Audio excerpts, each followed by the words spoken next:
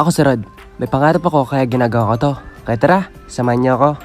Ngayong araw nga ay magsisimba kami kasama ko nga dito si Apong Ising. Si Apong Ising nga pala ay nanay ng lolo ko. Siya ang pinakamatanda dito sa barangay namin. Siya nga ay may edad na 97 na ngayong taon.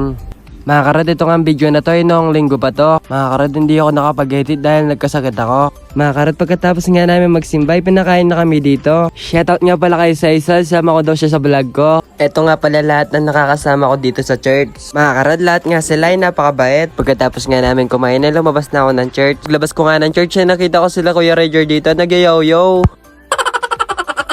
Mga karad, dito nga ay pauwi na ako ng bahay. At habang pauwi nga ako ng bahay, nakita ko naman dito yung mga aso namin. Mga karad, ang pangalan nga pala ng aso namin ng anak ay si Taba. Kaya Taba ang pinangalan namin sa kanya kasi napakataba niya nung bata pa siya. Habang papunta nga ako sa tindahan dyan ay sumasama yung mga anak ni Taba. Mga karad, habang papalapit nga ako sa tindahan ay may naamoy akong mabango. Pagpasok nga sa kusina ay nagluluto pala dito si Papa. Niluluto niya ang favorite kong ulam.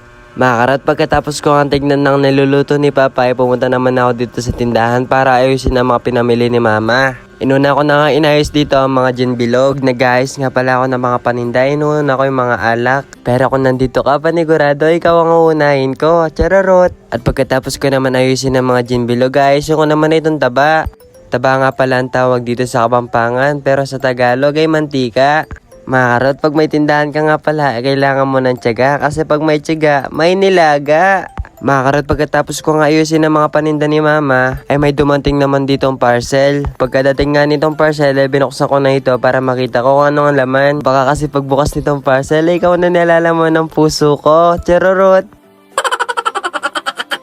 Pagbukas nga ng parcel, ito palang sunscreen na in-order ko ang dumating ngayon. Mga karot, pagkatapos ko nga i-unbox yung parcel ko ay kakain na muna ako kasi nagugutom na yung mga bulati ko sa tiyan. Chararot! Ang ulam ko nga ngayon mga karot ay adobo. Ayun yung niluto ni Papa kanina. Ang adobo nga pala isa sa mga favorite ko na ulam. Napakasarap nga ng adobo mga karot, lalo na kapag Kapampangan yung nagluto. Kaya kung ako sa'yo mga karot, magmahal ka na lang ng Kapampangan.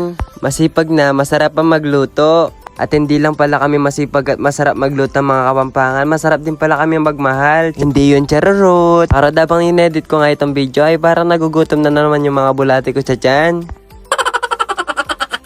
Mga karot, pagkatapos ko naman kumain ay nag-repack naman ako dito ng arena kasi wala nang stock si Mama. Mga karot, kwento ko nga pala sa inyo kung paano kami nagsimula sa tindahan. Umpisa nga pala kami sa balot, tinapa, ice cream at madami pang iba. Naisipan naman na ni Mama na magpatayo ng maliit na tindahan. Ito tindahan namin ngayon ay yari lang to dati sa Kawayan, pero ngayon ito na. Dahil nga to sa pagsisikap nila Mama at Papa. Mga karot, bago ko nga ituloy ang kwento ko ay magkikirintas muna ako ng mga goma.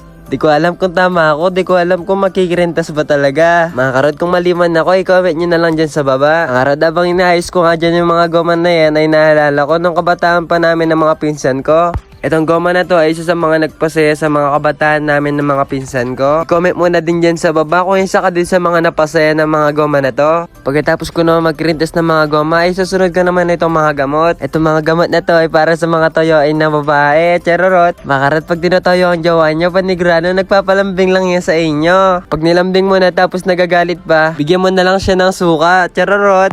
Pag nagpapalambing yung jowa nyo, lambingin nyo kasi ako wala akong jowa.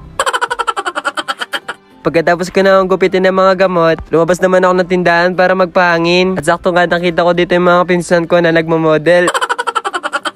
Mga karot, pagkatapos ko na magpahangin ay pumunta naman ako dito sa loob para kumuha ng ice cream. Itong kinuha na ice cream, ito ang pinaka-favorite ko. Itong mochi nga pala ang pinaka-favorite ko na ice cream na binibenta namin. Ang flavor ng ice cream na yan ay chocolate. Papagalitan na naman ako ni Mama niya kasi kumuha na naman ako ng ice cream. Karot, pagkatapos ko naman kumain ng ice cream ay magluluto naman ako ngayon ng noodles. Ewan ko nga ba, pag nandito na ako sa tindahan ay lagi na lang nagugutom yung mga alaga ko sa tiyan. Chararot! Kung isa ka din sa mga may tindahan, panigurado makaka-relate ka. Etong noodles na niluto ko ngayon ay medyo maanghang. Medyo natatakam nga ako mga karod habang inedit ko tong video. Pagkaluto nga na niluluto kong noodles ay kumain na din ako kasi nagre-reklamo na mga alaga ko sa tiyan. Charorot! Abang pinapakain ko nga yung mga bulati ko sa tiyan ay magsha-shoutout muna tayo. Special shoutout nga pala kay John Roque. Shoutout sa'yo, idol. At hanggang dito na lang ating vlog. Salamat!